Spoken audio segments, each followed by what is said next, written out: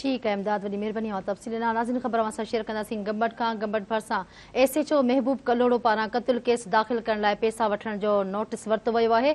SSP Khairpur SHO महबूब कलोड़ो कादिर बख़्श खे मुअत्तल करे छॾियो। SSP खैरपुर ग़ुलाम हैदर बेहण खे SHO महबूब कलोड़ो मुक़रर करे छॾियो आहे। SHO कादिर बख़्श ते क़त्ल केस दाख़िल करण लाइ मुतासिरनि खां पैसा वठण जो इल्ज़ाम हो। खबर आवाज़ शेयर कई पिया। गंबट मां गंबट भरिसां SHO महबूब कलोड़ो पारां क़त्ल केस दाख़िल करण लाइ पैसा वठण जो नोटिस वरितो वियो आहे। SSP खैरपुर SHO महबूब कलोड़ो कादिर बख़्श खे मुअत्तल करे छॾियो आहे। अवां खे आगाह कई पिया। SHO कादिर बख़्श ते क़त्ल केस दाख़िल करण लाइ मुतासिरनि खां पैसा वठण जो इल्ज़ाम हो। गंबट मां तफ़सील मालूम कंदासीं। अजीब लाखो खां अजीब लाखो छा अपडेट्स आहिनि?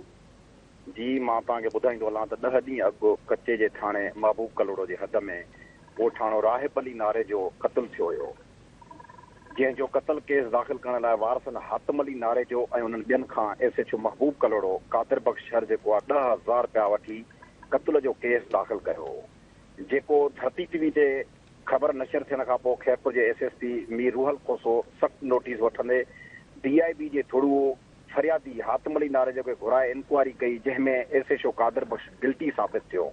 SSP खैरपुर SHO महबूब कलोड़ो कादिर बख़्श खे मुअत्तल करे पुलिस लाइन रिपोर्ट कराए छॾी आहे ऐं महबूब कलोड़ो थाणे ते ग़ुलाम हैदर बेहण खे SHO मुक़रर करे टासिक ॾिनो आहे त राहिब नारे जो जा कातिल गिरफ़्तार कया वञनि। जी महिरबानी जी बाग़ करण लाइ।